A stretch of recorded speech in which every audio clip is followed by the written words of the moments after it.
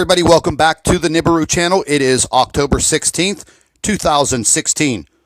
Last night I was a special guest on the Front Porch Radio Show on iHeartRadio. And ladies and gentlemen, they are trying to silence me. They do not want the truth to come out about Planet X. But I am delivering the truth. So stay tuned and listen to the broadcast. This will be a series of videos, so watch them all. Okay, so basically, because remember, this is just a very high burst of energy, solar energy. Okay, and it's just depleting our magnetic field, and there's not really anything visually that we can spot just by seeing it. Now, CERN. Let me ask you about CERN.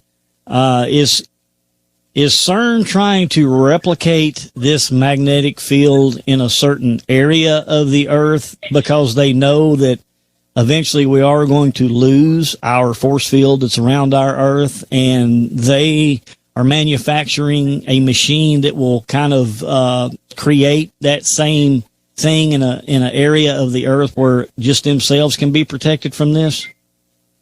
Well, it is said, from the information that I've gotten, it is said that CERN can create a magnetosphere around the Earth better than what nature can do.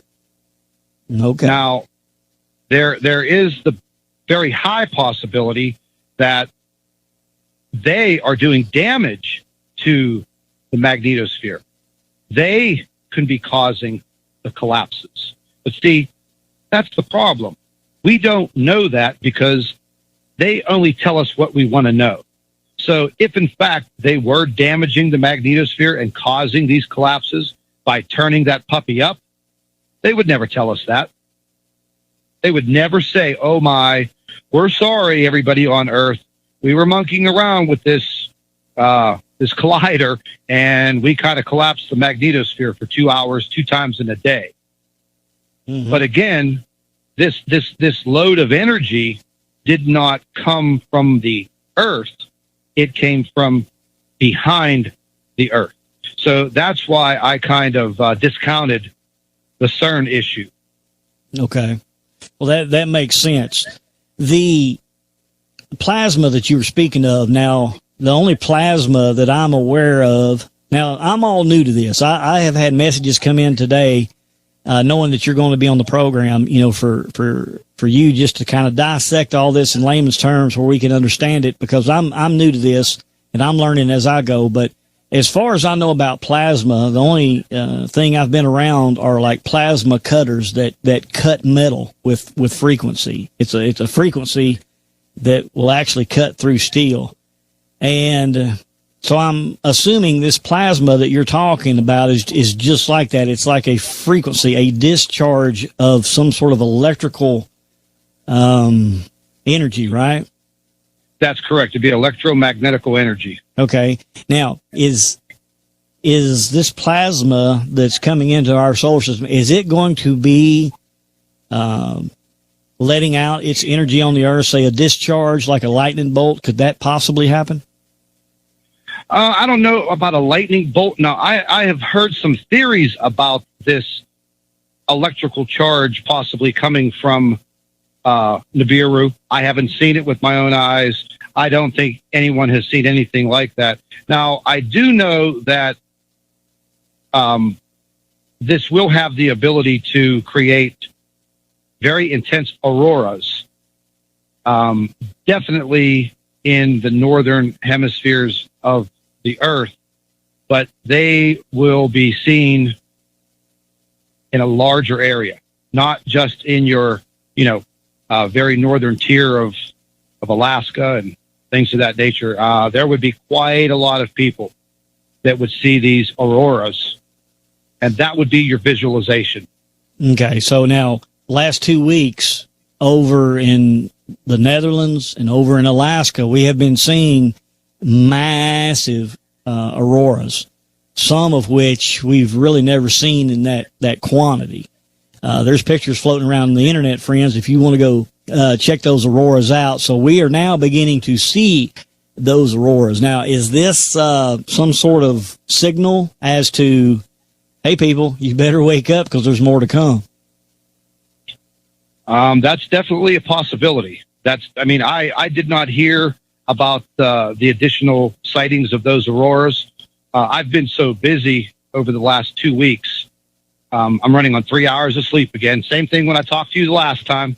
My sleep patterns they have not gotten any better. But I'm going to have to check up on that. But that might be a very, very high possibility.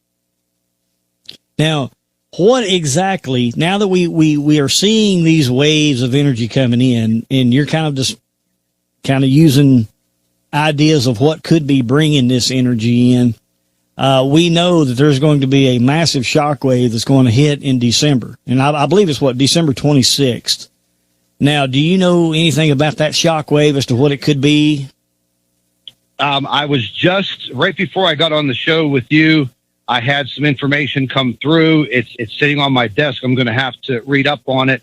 But I have heard that about the December 26th shock wave, the day after Christmas. And I did hear a little bit about this back in the summertime. I think I might even touch base on it with you on the last show. But a gentleman by the name of Ed Dames worked for the military for many, many years as a how could I put this? Now, is that the same Ed Danes that's been on Coast to Coast AM? Yes. Okay, I know who you're talking about. Okay. You know, Ed just basically retired after his last seminar at the end of July, just out of nowhere. That was it. Last show, he announced his retirement, and he has since disappeared. Has he gone in a bunker like all the elites are going into bunkers? He did mention that. He did an interview with Marshall Masters, and they referred to it as a debriefing. And he has known Marshall for many, many years. I guess this debriefing was, like an interview. And Ed had stated that that he saw into this future with Planet X, Nibiru, the Nemesis solar system, and he said it was an ugly scene. It scared him, and he did also state that this wasn't a cataclysmic event where all of mankind will be wiped out. But he did say that these instances that will occur will test your faith severely. There will be a pole shift, and he was very vague about a lot of it in Marshall's interview, and he did drop some dates and some information, but he also mentioned the latter part of December. That would be the time frame that we would start to see and feel the presence of this system getting closer. Well, I want to get kind of biblical with you because, again, we talked about this on the last show. We know what's coming is eventually going to come because Isaiah said in Isaiah 24 that God's going to turn the world or turn the earth upside down and shake out all the inhabitants of the earth. And so you're talking about a pole shift. Explain to us, and I'm getting messages in. I've got a few listeners, and we'll get to it in just a second, but I kind of get them up to speed on exactly what the Nemesis solar system is and this Planet X you're talking about. But before we get to that, what exactly is this pole shift? Is the earth actually going to turn upside down? Well, when I mean a pole shift, I guess I should have been more clear. I'm talking about a crustal displacement, meaning the Earth's crust will start to shift, and also the planet itself will start to tilt. And that will be because of the interaction between the North and South Pole of Nibiru and our North and South Pole. Ladies and gentlemen, you just finished listening to part 3 of my live interview on the Front Porch Radio Show on iHeartRadio. Stay tuned for part 4. I'd like to thank all of our Nibiru watchers. You guys do a fantastic job. Would also like to thank you for your loyal subscribership. You can continue to email your photographs and your video to NibiruPlanetX2016@gmail.com.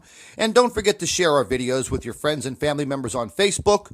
And subscribe to the Nibiru channel for all of our current updates. And like I always say, keep an eye in the sky.